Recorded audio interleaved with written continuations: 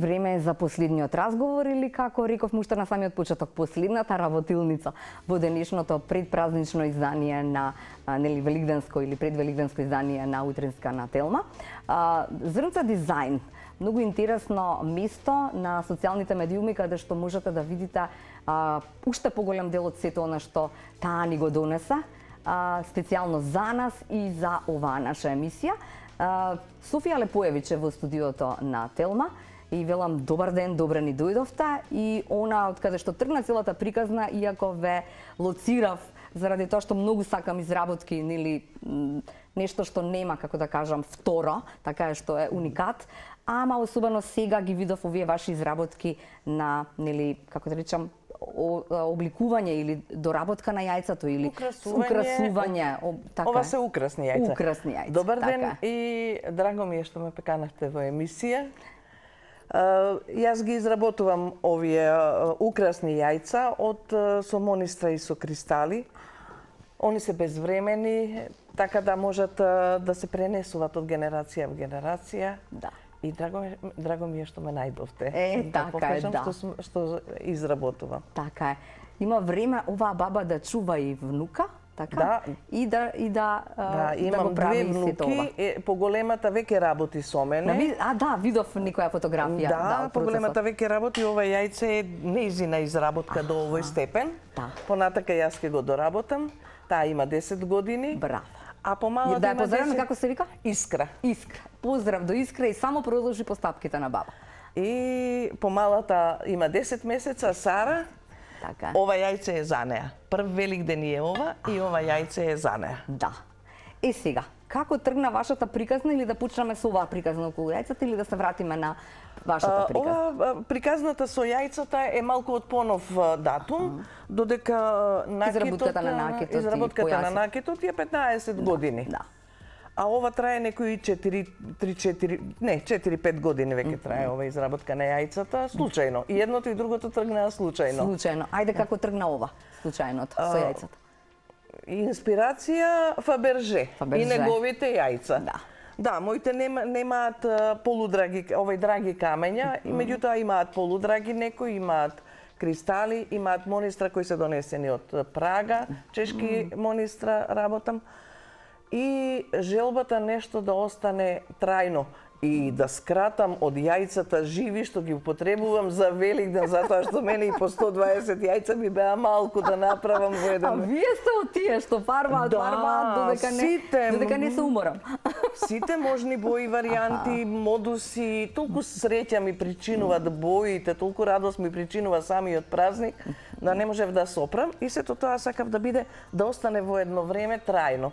Така настана овие јајца. Да. Некаде и видов изработка на тие јајца, што дополнително ме подбутна да почнам да ги изработам. Да. Може ли да ни кажете, ни донесовте за да видиме како изгледа процесот? Значи, како почнува се и дали може некој треба да си доволно веш со раце или може да се обидеш па може да те тргне? Што правите? Па може да се обиде човек па да му тргне одма, а може да се обиде и никогаш да не му тргне, ама желбата е јака. Значи процесот е од самото јајце кое е дрвено. Добро. И мора да е добро обработено за да трае. Потоа самото дрво е сирово и сирова боја. Јас го фарбам спрема тоа што сакам да биде. Ова е фарбано црвено, ова е со сребрено доле, златно. Тоа е процесот. Сега одбирање на мотивот спрема дали спрема мотивот ќе го фарбаме јајцето или спрема фарбаното јајце ќе бараме мотив, меѓутоа најчесто мотивот, па после тоа ја фарбаме основата за да може да се види. Долг е процесот, 3 до 4 дена додека сето се сработи ова. Добро, што користите? Тоа е жица? Ова е живо влакно, ние го викаме велешани, или како беше Скопје рибарски конец. Рибарски конец. Скопје не го викаат рибарски, ние го викаме живо влакно. Добро.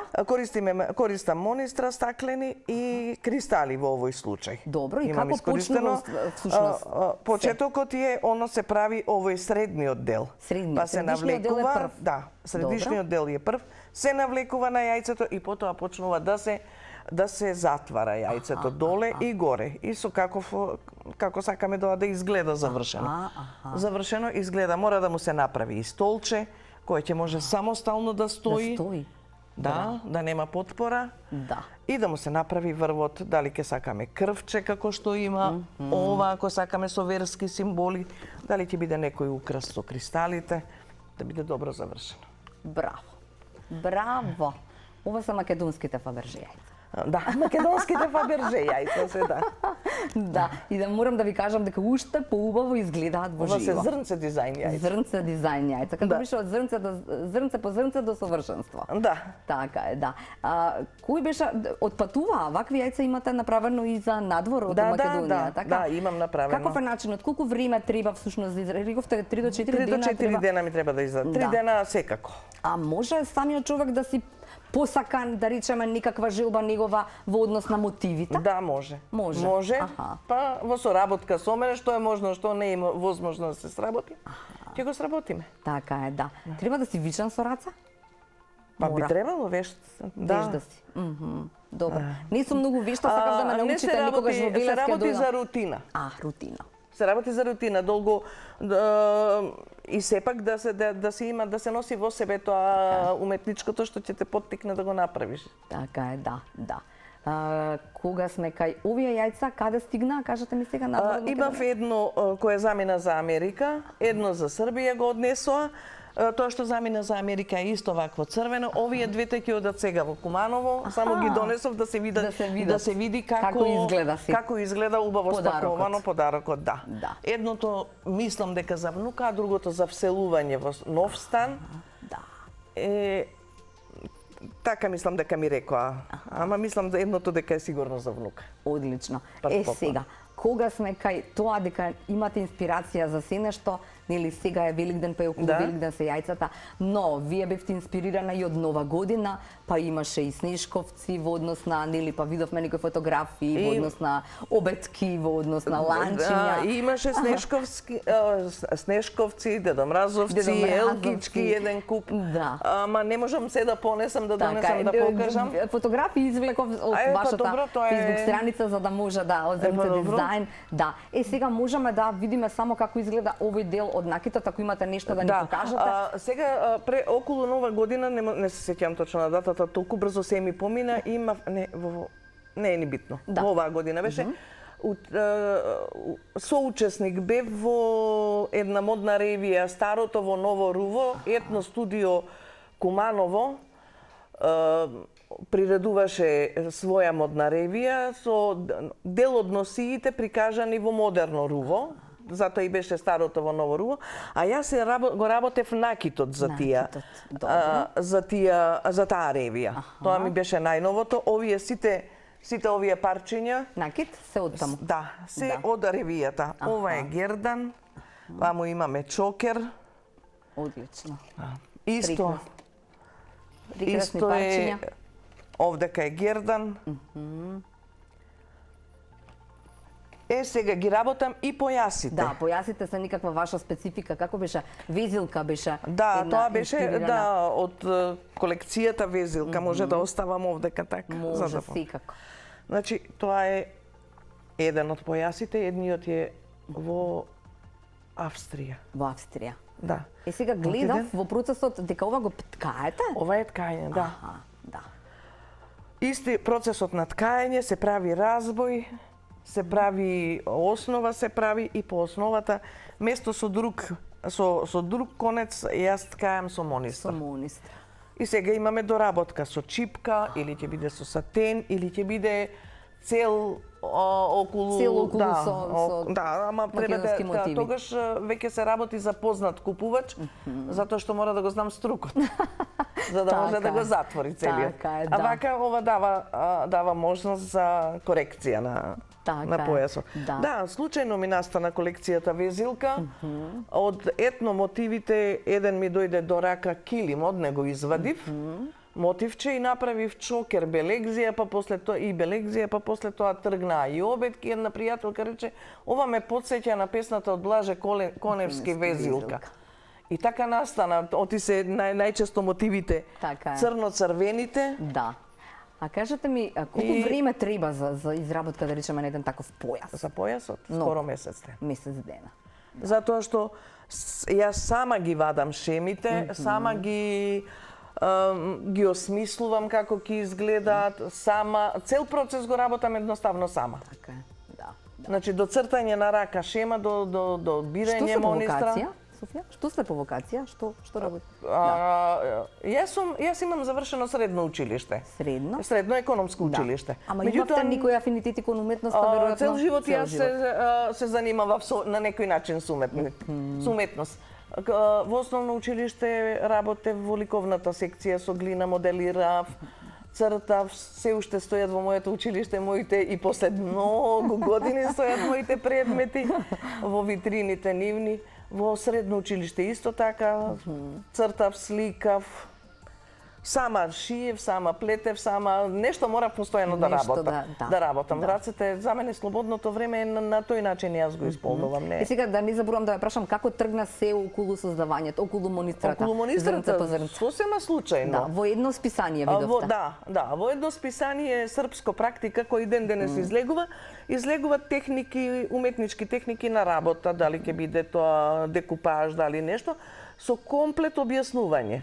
И пред 15 на години ми дојде до рака баш првиот дел од работа со монистра, ама француската техника. Таа техника е нижење на жица, монистрата, и потоа така на нижани они се обликуваат. Таа е идеална за цветови. За цветови. Идеална е за цветови таа техника, ама е многу тешка. Сече прсти, сече тешка е за затегање, ама е многу убава. Многу убаво изгледа по тоа. И така тргнав. Керка ми се смееше, рече конечно ја најде твојата техника, го најде твојот материјал. Конечно пред тоа сликав на платно, сликав на стакло. Нив им ги исполнував на моите деца желбите, што сакат да им сошијам, да им направам од домашни платна и тие работи. И кога испадна монистрата, рече, конечно ја најде твојата техника, се најде себе си. И така тоа тргна. Така е, да. Прво со цветовите, па обетките, па... Да, она што секогаш ме, нели, можеби нема да кажеме цени, но тоа што е уникат, како се создава цена, Софија? Спрема пазарот. Тоа е веројатно најтешкото. Најтешкото, кога почнав да го работам ова, децата во МАТА имаше еден како курс за формирање на цена. Вие. И ме пратија да формирам цена. Ама реалноста е нешто сосема друго. Ако ја формирам по сите дефиниции цена, ова би било 10-сторустрого поскапо него што е. Да. Сега. Значи се е според пазарот. Се е според пазарот. Према нашите можности. Така е, да. Јас кога правам споредба со слични производи, ајде чокер и гердан или нешто, ако поземам некоја шема од Pinterest, па ќе проверам како им одат цените на тоа што е сработеното им. Паѓате во несвест. Паѓам во несвест, ама џабе ми морам да станам. Овде се живее, нема на друго место. Така е. Би било дека немаме уште време, ама мислам дека доволно искористивме за да направиме една ваша промоција и да им кажам на сите, ајде сега сите со мобилните телефони или пред компјутер, Зрнце дизајн е местото и да знаете, фотографиите се само 10% од она како изгледа се ова во живо. Точно така, јас сум многу лош фотограф. Знам да го сработам, не знам да го фотографирам и моите слики никогаш не содействуваат со тоа направено. Ви треба пиаровска поддршка од помладите. Да, внуката Стасова сега Искра и она вика стој бабичко и јас ќе ти ги сликам овие подобри се. Ви благодарам што допатувавте од Велес и секако што ни раскажавте една исто така многу убава и креативна приказна. Секако да им посакаме на сите среќни велигденски празници и вам ви посакувам и рибарски конец или како велите? Живо влакно. Живо влакно во раце и обидете се да направите некое вакво ремек дело и вие ако добро ви оди, нели, треба да имате некаква креација.